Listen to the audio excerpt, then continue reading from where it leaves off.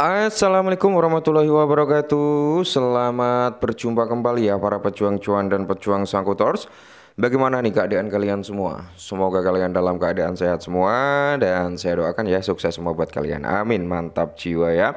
Dan tetap aja kan kawan, doa terbaik buat kalian semua lah ya. Semoga tahun ini 2025 ini ya teman-teman ya menjadi tahun keberuntungan kita semua ya, menjadi orang kaya semua. Amin. Mantap. Oke. Kita lihat teman-teman ya untuk perkembangan daripada sektor cryptocurrency kali ini seperti market cap bisa kalian lihat sendiri di area 2,8 triliun dolar ya. Setelah dia beberapa kali setway atau konsolidasi di area 2,7 kali ini udah berada di area 2,8. Untuk Fire and Greed Index berada di area 31 dari 22 ke area 31 kan mantap jiwa gitu ya. Semoga saja lekas ke area 40, 45 dan di area 60-an. Amin. Untuk indeksnya altcoin teman-teman di area 21 per 100. Parameter harga Bitcoin sendiri teman-teman ya mengalami kenaikan ya lumayan teman-teman sekitar 2,96% teman-teman dan harganya berada di area 86 ribuan. Mantap ya. Semoga malam hari ini nanti bisa ke area 100 90 dulu lah ya, 90, 95, 100 gitu. Amin. Oke. Beberapa altcoin seperti XRP teman-teman ini mengalami kenaikan yang cukup signifikan juga ya. BNB juga sama, Solana juga sama teman-teman ya. Terus kalau kita lihat Cardano, Tron, Chainlink ya, Tron ini koreksi, Chainlink recover ya. Terus di sini ada Pi Network. Pi Network juga udah mulai recover nih. Oke. Jadi ada dari beberapa teman-teman yang bertanya, "Bang, kenapa Pi Network turun? Bahasin dong, ada apa ini?" Oke, kita akan bahas untuk Pi Network teman-teman ya. Jadi kita lihat dulu untuk Pi Network kan dia berada di urutan 16. Turun cukup lumayan teman-teman dari range 11 turun ke area 16 ya. Untuk parameter harganya juga turun di area 1,18 dolar teman-teman ya. Walaupun kali ini ada sedikit recover lah ya. Di sini kalau kita lihat teman-teman ya untuk market cap ada recover ya, kemarin sempat di area 7 billion kalau nggak salah teman-teman ya, ini udah ada di area 8 billion. Oke, udah mulai recover. Untuk circulating supply masih sama, belum ada perubahan yang terlalu signifikan dan ya inilah ya teman-teman ya data yang ada di coin market cap.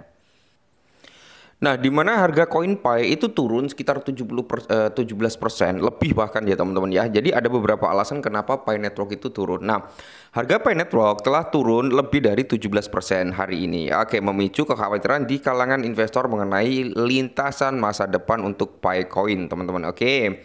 Harga Pi Network sendiri turun sekitar 17%, di mana yang menunjukkan menurunnya minat investor untuk bertaruh pada resiko. Meskipun koin ini ramai dibicarakan, kripto ini telah mencatat kerugian yang signifikan akhir-akhir ini, terutama karena kurangnya pengumuman dan pembaruan besar mengenai token tersebut. Di tengah hal ini, seorang penggemar Picoin telah mengungkapkan alasan utama yang mungkin memicu aksi jual baru-baru ini di market. Nah, jadi Picoin itu merupakan salah satu yang paling lambat di pasar kripto saat ini teman-teman ya, yang memicu kekhawatiran di kalangan pedagang. Nah, nilai Picoin turun lebih dari 17% dan di perdagangan di area 1,1 dolaran teman-teman, 1,16, 1,15 gitu kan.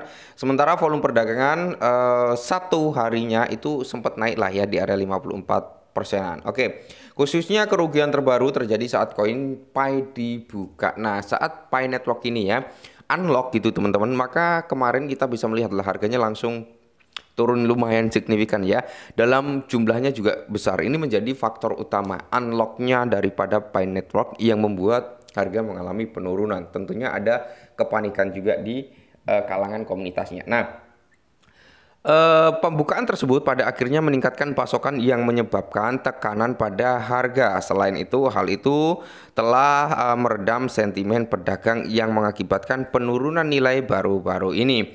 CoinPay dihadapi aksi jual besar-besaran di tengah kekhawatirannya. Nah, penurunan harga Picoin baru-baru ini membuat banyak investor mempertanyakan kelangsungan jangka panjang proyek tersebut.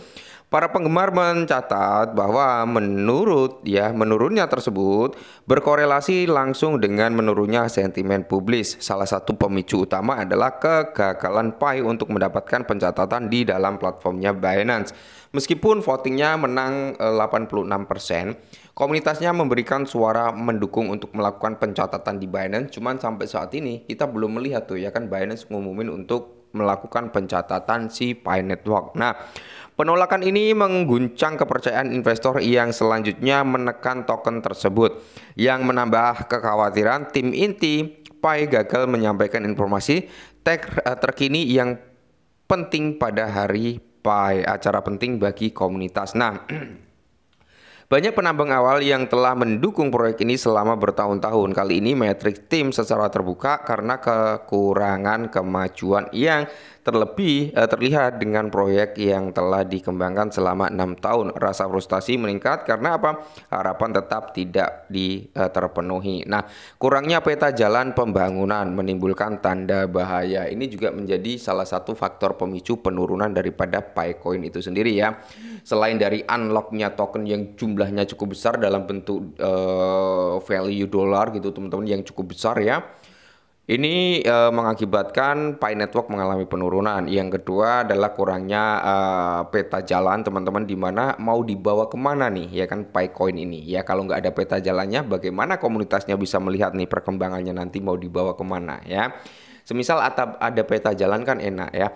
Oh, untuk kuartal 1 kita fokusnya ke project ini nih ya kan. Nah, oh kuartal 2 kita fokus ke project ini, kuartal 3 kita fokus ke sini. Nah, kalau ada peta jalan seperti itu kan lebih enak.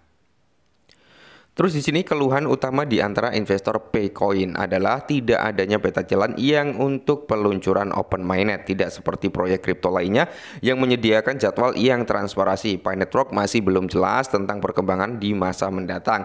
Ketidakpastian ini telah menyebabkan meningkatnya skeptisme dengan beberapa pihak khawatir bahwa proyek tersebut mungkin tidak akan pernah mencapai desentralisasi penuh gitu ya.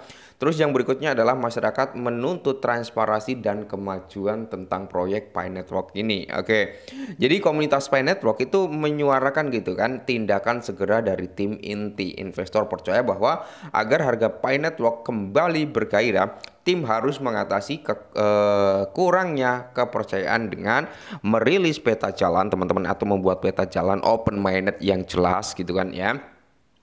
Terus meluncurkan 100 aplikasi terdesentralisasi yaitu dApps teman-teman, yang telah lama ditunggu-tunggu. Oke, ini akan menjadi faktor bullish juga sih ya. Mengungkapkan investor dan kemitraan utama. Nah, ini 3 poin ini teman-teman ya, ini akan menjadi kunci kebangkitan daripada si Picoin. Pertama, kalau Picoin itu merilis peta jalan dan peta jalan itu ya sesuai dengan harapan komunitas, maka di sini Pi Network pasti akan mengalami recover, apalagi kalau meluncurkan 100 dApps. Ya, ini sangat menarik gitu kan. Nah, mengungkapkan investor dan kemitraan utama daripada Pi Network. Nah, ini juga akan menjadi native bullish. Oke lah. Jadi ya itu tadi teman-teman ya, kenapa harga Pi Network itu turun. Yang pertama, rekondisi daripada market kemarin-kemarin itu mengalami penurunan juga ya. Yang kedua, unlocknya Picoin teman-teman ya. Yang ketiga, kurangnya transparansi. Yang keempat, peta jalan nggak ada ya. Jadi komunitas menuntut adanya transparansi, peta jalan ya, seperti itulah ya. Oke, mungkin ini dulu, semoga bermanfaat, tetap semangat dan salam.